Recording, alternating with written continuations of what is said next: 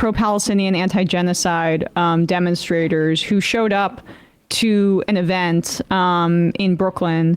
And this was an event where they were hosting Itamar Ben-Gvir, who is Israel's far-right national security minister. Fascist war criminal. Complete terrorist. Fascist, complete genocidal maniac, to the right of Netanyahu in the Israeli domestic political context. For me, it's a distinction without difference, but it gives you a sense of just like how extreme this person is. And this event was held at a synagogue.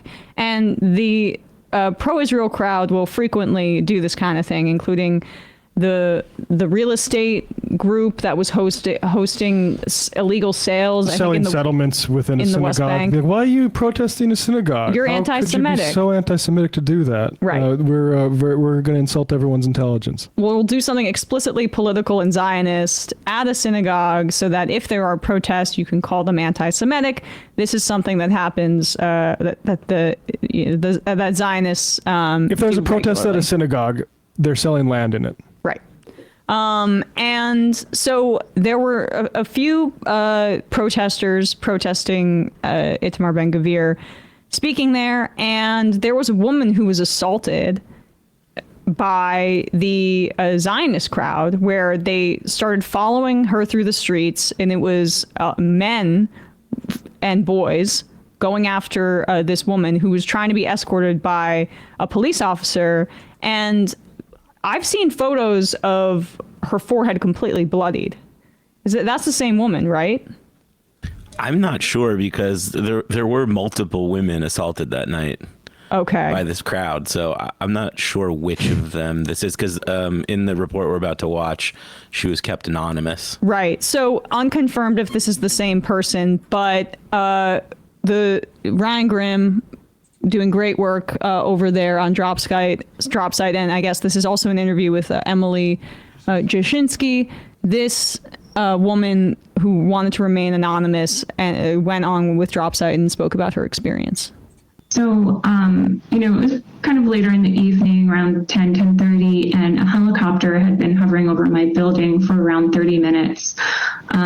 So I went outside to see what was going on, and I encountered the aftermath of a protest when I arrived at I'm sorry. Kingston Avenue in Eastern Park. So just to clarify, she was not engaged. She was not a part of the protests.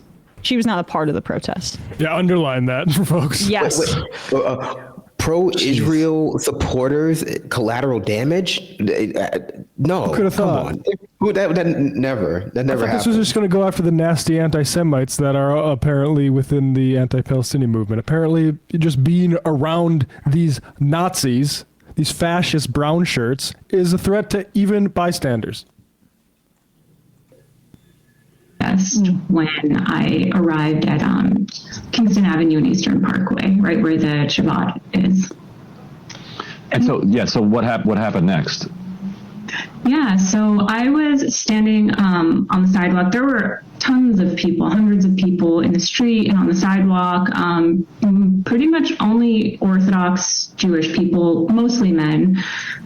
And then there were some other neighbors like myself standing on the sidewalk, just watching the scene to see what was going on. And I want to say that's an important point, because actually we had reported earlier that you were a pro-Palestine demonstrator, and that's not the case. To be clear, you were just sort of a bystander who was watching the chaos unfold in your neighborhood, right? That's right. And so I understand that. Well, why did they mistake you for somebody that needed to be assaulted? Yeah, so what happened, and it happened really quickly, was that people near me began filming, and I didn't want to be on anyone's camera roll, so I pulled up my scarf over my face. And I just want to be clear that it was not a keffiyeh. It wouldn't matter if it was, but it wasn't. And that just escalated things almost immediately. A woman began. I just want to underline Kathy Hochul and other sort of Democrats passing mask bans on behalf of these sorts of people. Well, not trying to give Hochul unnecessary flowers. She's been protecting these institutions, the schools that have been going after protesters and has been suppressing pro-Palestine free speech. But that was just Nassau County. So it was a county provision that was passed in the north area of Long Island, where it's fairly wealthy and more conservative. Anti-Semitism was an ostensible reason. Anti-Semitism was used as a reason to ban masks. It was the first in the country. And at pro-Palestine protesters because they want to be able to see your face. So, but by the way, the ICE Gestapo that can come and pick you up, hey, they can wear masks and cover their faces, no problem. Yeah, and they'll blur the official photos of those guys with the state bureaucracy. I always say when stuff like that, that's how you know that they're lying about the people they're going after being dangerous. Because if they were actually dangerous, you would want to identify yourself at least mildly as police officers, because just rolling up on like a dangerous person who might be armed or completely unidentified would be you'd be a lot more likely to be the victim of some kind of execution in the United States of America. Like the fact that they feel comfortable rolling up on people unidentified, just going like, hey, come with us, it shows that they don't think these people are actually very dangerous. Right. And I'm sorry, maybe you were right, Matt, that the budget bill just passed in New York had extra penalties for criminals wearing masks. So that you might have been right about that. Sorry. It was not a keffiyeh. It wouldn't matter if it was, but it wasn't. And that just escalated things almost immediately. A woman began screaming at me. She was already screaming at the police. Then she started screaming at me that they needed to get me out of there. And almost immediately, a group of 100 guys encircled me and just started shouting just vile insults at me. They were saying you're a waste of semen, you're a failed abortion. They were threatening to rape me. Telling. Does that surprise anybody? Anybody at all? Nope.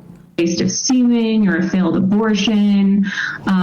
They were threatening to rape me. They telling me to go back to Palestine.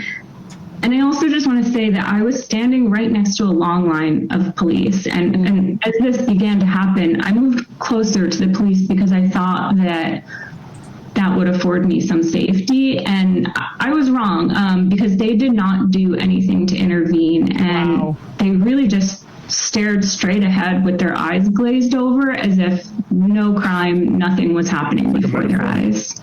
I want to play a little bit of the footage here. That's like a metaphor for our entire society right now. Yeah. Yeah. If we can roll that control room. Is it the fact that you guys let her in? It's the fact you guys want violence. When we went close to them, you're a little idiot. I live here. I'm allowed to be here just as much as you are. There's some weird ass Palestinian motherfucker. Is that you? You want someone to bend you over and fucking rape you like they're doing to the Jews in fucking Palestine? Trying to think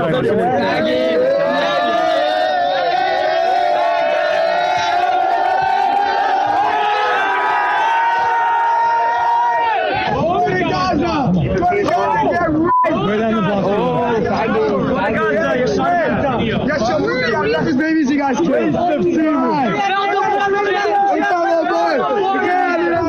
And you can see in that video the police standing there. You pay taxes to be protected by the police. They're standing there in that video. And so how did you end up getting out of the situation? Was anybody other than the police trying to help? What happened as you tried to get away from that harassment? Yeah. So as I tried to leave the situation to get away, another officer from somewhere else on the street came over and he saw this mob following me and he tried to escort me home.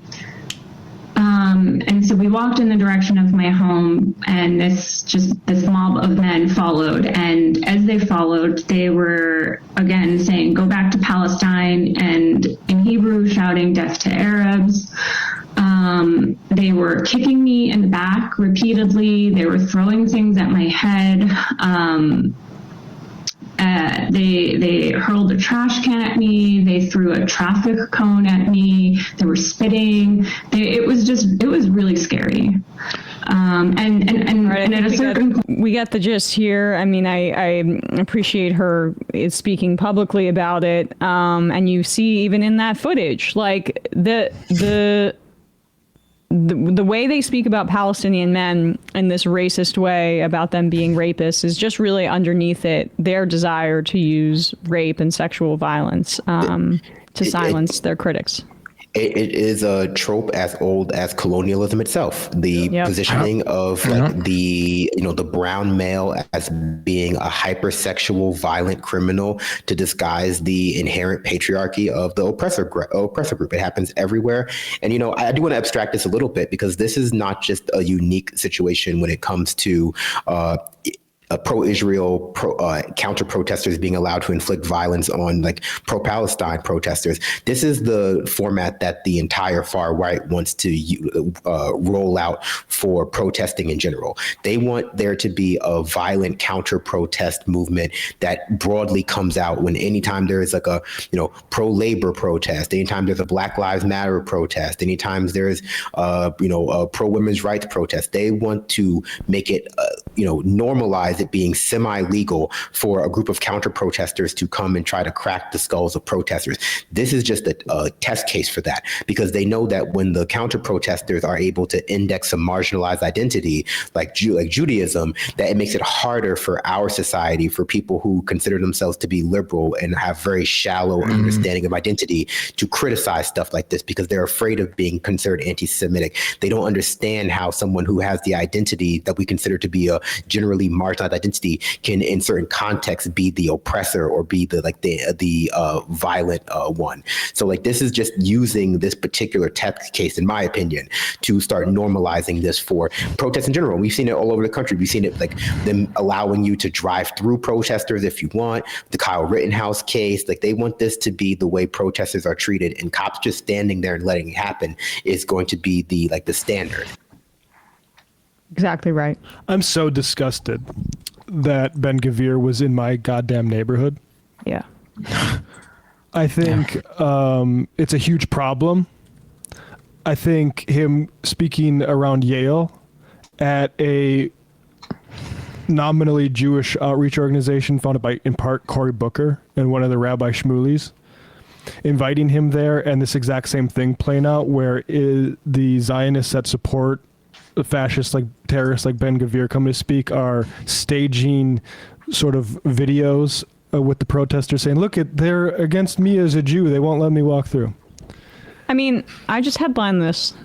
There's been no food, water, or medicine that has gotten into Gaza in 60 days. And everyone who would put their feet on the streets for Ben Gvir, everyone in that video harassing that woman, loves that. They might not say it. Some of them would. They might not say it, but every one of them loves that. Yeah.